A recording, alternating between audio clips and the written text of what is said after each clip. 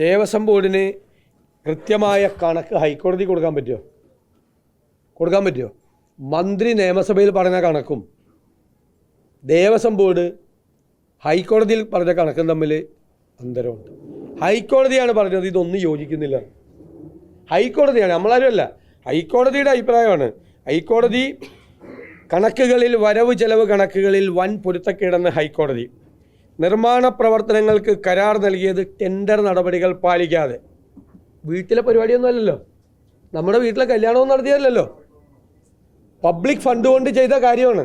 Public fund കൊണ്ട് ചെയ്യുമ്പോൾ അതിൽ ചില നടപടിക്രമങ്ങളുണ്ട്. ടെൻഡർ നടപടിയില്ലാതെ ഇഷ്ടക്കാർക്ക് പന്തൽ പണിയാൻ കൊടുത്തു. നമ്മുടെ വീട്ടിലെ കല്യാണമാണെങ്കിൽ നമുക്ക് ഇഷ്ടമുള്ളവർക്ക് കൊടുക്കാം, ടെൻഡറൊന്നും വയ്ക്കണ്ട, നാട്ടുകാരുടെ പൈസ അല്ലേ. ബില്ലും സാധനങ്ങളും തമ്മിൽ പൊരുത്തക്കേട്. പരിപാടിക്ക് എത്തിയവർക്ക് പ്രസാദം നൽകിയതിന് കണക്കില്ല. 150 കിടക്കകൾ വാങ്ങിയതിൽ 50 എണ്ണം കാണാനില്ല. ദേവസ്വം ബോർഡിൽ നിന്നും എടുത്ത 2 കോടി തിരിച്ചടച്ചില്ല. ഒരു പൈസ ദേവസ്വം ബോർഡിൽ നിന്ന് എടുക്കില്ല, എടുക്കുന്ന പൈസ തിരിച്ചടയ്ക്കുമെന്നാണ് പറഞ്ഞിരുന്നത്. കോടതിക്ക് കൊടുത്തിരുന്ന ഉറപ്പ്. ക്രമക്കേടുകൾ പ്രഥമ ദൃഷ്ട്യാ ഗുരുതരമായ സാമ്പത്തിക അച്ചടക്കമില്ലായ്മയാണെന്ന് കോടതി. GST ഇനത്തിലും പ്രശ്നം. ഇൻപുട്ട് ക്രെഡിറ്റിന് ബോർഡിന് അർഹതയുള്ളത് 1.07 കോടിക്ക്. റിട്ടേണിൽ കാണിച്ചിരിക്കുന്നത് 45.76 ലക്ഷം മാത്രം. 61 ലക്ഷത്തോളം രൂപ ബോർഡിൻ്റെ ഫണ്ടിലേക്ക് വകയിരുത്തിയിട്ടുണ്ടോ എന്നത് വ്യക്തതയില്ല. 2.80 ലക്ഷത്തിൻ്റെ കേബിളിംഗ് വർക്കുകൾ ബില്ലിൽ, എന്നാൽ അത് നടന്നതായി സാക്ഷ്യപ്പെടുത്തിയിട്ടില്ല. ഈ അയ്യപ്പ സംഗമത്തിൻ്റെ ഫണ്ട് വിനിയോഗം സംബന്ധിച്ച് കോടതിയുടെ കർശനമായ നിർദ്ദേശം ഉണ്ടായിരുന്നു. കോടതിയെ കബളിപ്പിക്കാൻ വേണ്ടി ഇപ്പോൾ നടത്തിയത് കള്ളക്കണക്കാണ്. ഈ വിശദീകരണത്തിൻ്റെ കാര്യമില്ല. കോടതിയുടെ മുമ്പിലുള്ള കണക്ക് വെച്ചുകൊണ്ട് കോടതി എന്നോട് പറഞ്ഞിരിക്കുന്നത് കോടികളാണ് ഇതിൻ്റെ അകത്തുനിന്ന് അടിച്ചു മാറ്റിയിരിക്കുന്നത്. ഒരുപാട് സ്പോൺസർഷിപ്പ് എന്ന പേരിൽ കള്ളപ്പിരിവ് നടന്നിട്ടുണ്ട്.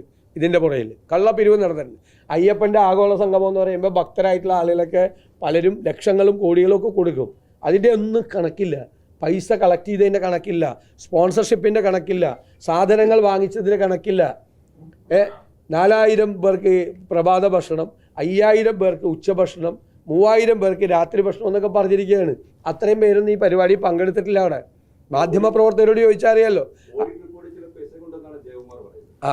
അല്ലല്ല, അദ്ദേഹത്തിന് അതിൻ്റെ അകത്ത് ഉത്തരവാദിത്തമില്ലല്ലോ. അദ്ദേഹം അതിന് ശേഷം വന്ന ബോർഡ് പ്രസിഡന്റ് അല്ലേ. അതിന് മുമ്പുണ്ടായിരുന്നവരാണല്ലോ ഇത് നടത്തിയത്.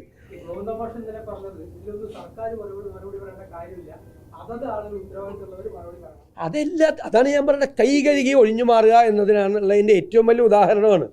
എന്നാൽ പിന്നെ എന്തിനാ ആഗോള അയ്യപ്പ സംഗമത്തിന് മുഖ്യമന്ത്രിയുടെ ചിത്രം വെച്ചത്?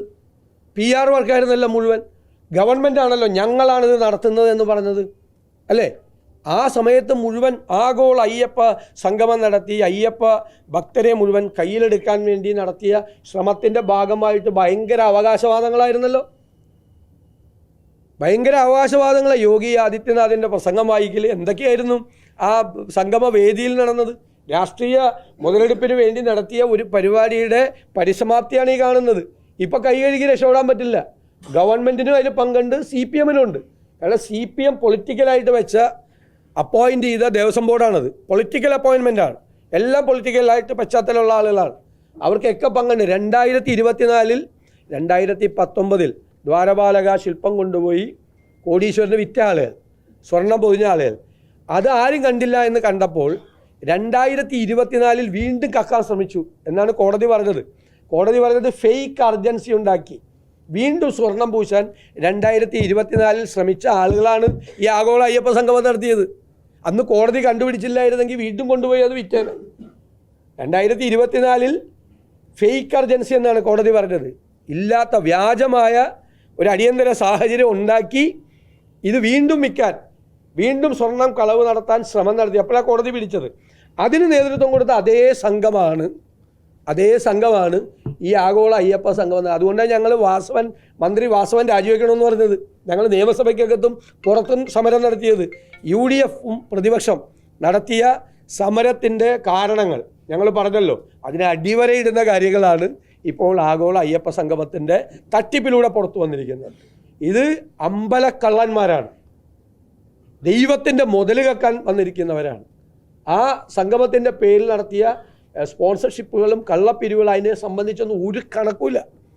കോടികളാണ് ഇതിൻ്റെ പേരിൽ പിരിച്ചെടുത്തിരിക്കുന്നത്, ചിലവാക്കിയിട്ടുമില്ല.